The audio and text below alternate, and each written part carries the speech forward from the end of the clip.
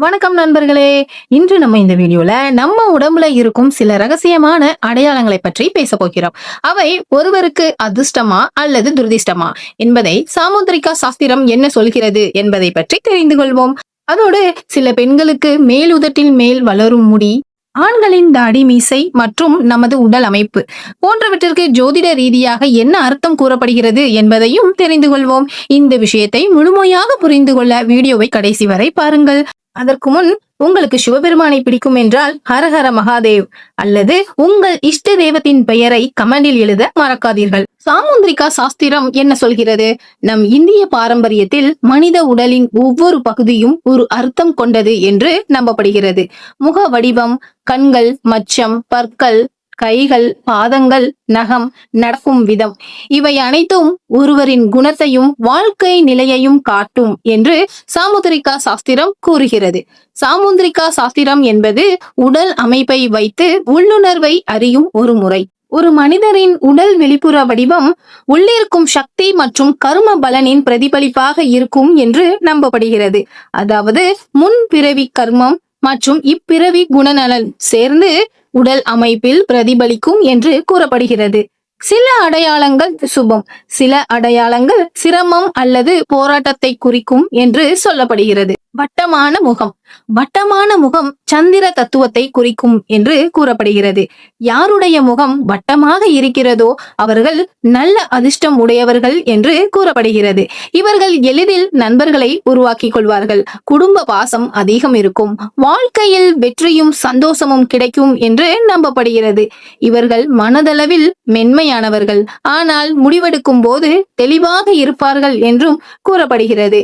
இவர்களுக்கு சமூகத்தில் நல்ல பெயர் கிடைக்கும் என்றும் கருதப்படுகிறது. இவர்கள் வாழ்க்கையில் தனியாக போராட வேண்டிய நிலை குறைவாகவே இருக்கும் என்றும் நம்பப்படுகிறது. அடுத்தது நீளமான முகம். சிலர் முகம் நீளமாக இருக்கும். இப்படிப்பட்டவர்கள் சிந்தித்து செயல்படுவார்கள். முடிவெடுக்கும் முன் பல முறை யோசிப்பார்கள். அடுத்தது முகத்தில் மச்சம். நெற்றியின் நடுப்பகுதி ஆன்மீக சக்தி மையம் என்று கருதப்படுகிறது. முகத்தின் மத்திய பகுதியில் மச்சம் இருந்தால் அது சுப அடையாளம் ஆகும். முகத்தில் மச்சம் இருந்தால் அது அதிகாரம், செல்வாக்கு, முன்னணி நிலை, மதிப்பு, பணவரவு ஆகியவற்றை குறிக்கும் என்று சொல்லப்படுகிறது. இவர்கள் பேச்சால் மற்றவர்களை ஈர்க்கும் திறன் உடையவர்கள் என்றும் நம்பப்படுகிறது. மச்சம் பிறந்த போதே இருந்தாலும் பின்னர் வந்தாலும் அதே பலன் தரும் மற்றும் சாஸ்திரம் அதற்கு அர்த்தமும் கூறுகிறது. நெற்றியில் மச்சம் நல்ல அதிர்ஷ்டம் மற்றும் வாழ்க்கையில் உயர்வு. வலது கையில் மச்சம் பண வரவு, தொழில் முன்னேற்றம். உதட்டருகில் மச்சம் பேச்சு திறன் மற்றும் மக்களை ஈர்க்கும் சக்தி கொண்டவர்கள். மூக்கின் நுனியில் மச்சம் செலவு அதிகம் மற்றும் சுக வாழ்க்கை விருப்பமுடையவர்கள். தாடையில் மச்சம் நிலையான வாழ்க்கை மற்றும் சொத்து சேர்க்கை. உள்ளங்கையில் மச்சம் திடீர் அதிர்ஷ்டம் மற்றும் பண வாய்ப்பு. வலது பாதத்தில் மச்சம் பயணம் மற்றும் வெளிநாட்டு யோகம். தொப்புள் அருகில் மச்சம் செல்வ யோகம். அடுத்தது பெரிய காதுகள். காதுகள் குரு கிரகத்தின் அடையாளம் என்று பார்க்கப்படுகிறது. குரு என்பது அறிவு, ஞானம், செல்வம், ஆசீர்வாதம் ஆகியவற்றை குறிக்கும். அதனால் பெரிய காதுகள் உடையவர்கள் நல்ல ஆலோசனை வழங்குபவர்கள், மரியாதை பெறுபவர்கள், உயர்ந்த நிலை அடைவார்கள் என்றும் கூறப்படுகிறது. சாதாரண காதை விட பெரிய காதுகள் இருந்தால் அது அறிவு, செல்வம், நீண்ட ஆயுள் ஆகியவற்றின் அடையாளம் என்று சொல்லப்படுகிறது. காதுகள் மென்மையாகவும் சரியாகவும் அமைந்திருந்தால் வாழ்க்கை நிலையாக இருக்கும் என நம்பப்படுகிறது. அடுத்தது பற்கள். பற்கள் சுக்கிர கிரகத்துடன் தொடர்பு கொண்டதாக கருதப்படுகிறது. சுக்கிரன் செல்வம், வசதி, வாழ்க்கை, இன்பம் ஆகியவற்றை குறிக்கும். முத்து போல வெள்ளையாக இருக்கும் பற்கள் அழகின் அடையாளம். ஆனால் சாமுந்திரிகா சாஸ்திரப்படி பற்களில் சிறிய இடைவெளி இருந்தால் அந்த நபர் ரொம்ப அதிர்ஷ்டசாலி என்றும் கூறப்படுகிறது. பற்களில் சிறிய இடைவெளி இருந்தால் பண வரவு தடையில்லாமல் வரும். வாய்ப்பு கிடைத்தால் உடனே பயன்படுத்துவார்கள் என்றும் நம்பப்படுகிறது. இப்படிப்பட்டவர்கள் பேச்சால் மற்றவர்களை கவருவார்கள். சமூகத்தில் உயர்ந்த பதவியை அடைவார்கள் என்றும் நம்பப்படுகிறது. முன்னால் பற்கள் கொஞ்சம் அதிகமாக வெளியே தெரியும்படி இருந்தால் அந்த நபர் பிடிவாதம், தன்னம்பிக்கை உடையவராவார். அதிகமாக பேசுவார், ஆனாலும் வாழ்க்கையில் முன்னேற்றம் அடைவார் என்று நம்பப்படுகிறது. பொதுவாக பற்களின் ஈர் பகுதி எப்போதும் கருப்பாக இருந்தால் அது நல்லதில்லைன்னு சொல்லுவாங்க. அடுத்ததாக கைகள். கைகள் புதன் கிரகத்தை குறிக்கும்.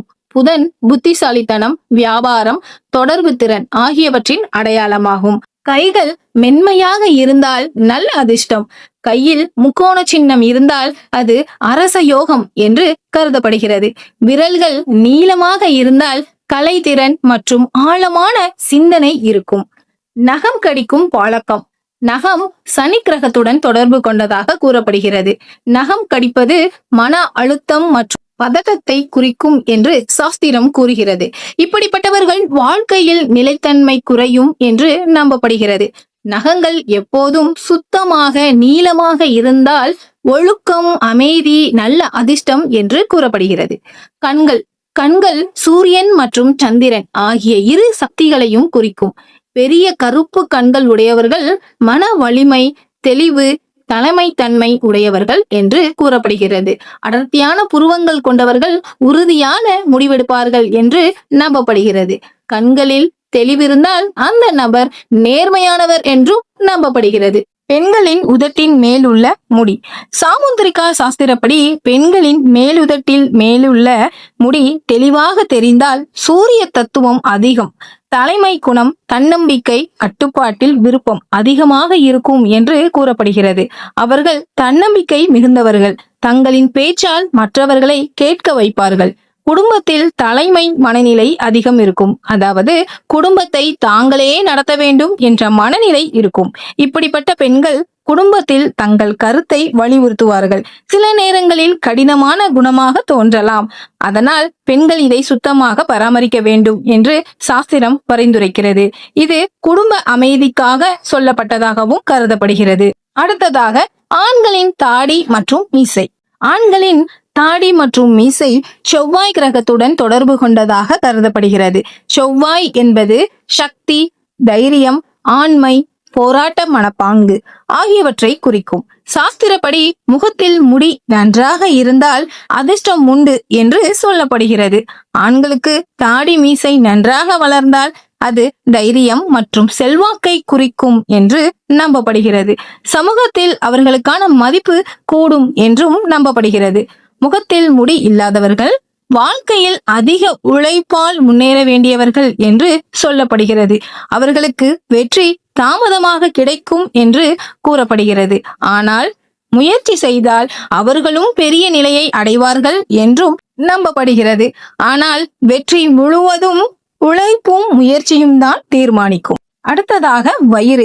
வயிறு என்பது குரு மற்றும் சுக்கிர சக்தியுடன் தொடர்பு கொண்டதாக பார்க்கப்படுகிறது. மிக அதிகமாக பெரிதாக இருந்தால் செலவு அதிகம், கட்டுப்பாடு குறைவு என்று கருதப்படுகிறது. மிக நீளமான அல்லது வித்தியாசமான வடிவில் இருக்கும் வயிறு சிரமத்தை குறிக்கும் என்று சொல்லப்படுகிறது. சீரான உடல் அமைப்புடன் கூடிய வயிறு சமநிலையான வாழ்க்கையை குறிக்கும். தொப்புள் ஆழமாக இருந்தால் செல்வ யோகம் மற்றும் நல்ல அதிர்ஷ்டம் என்று நம்பப்படுகிறது.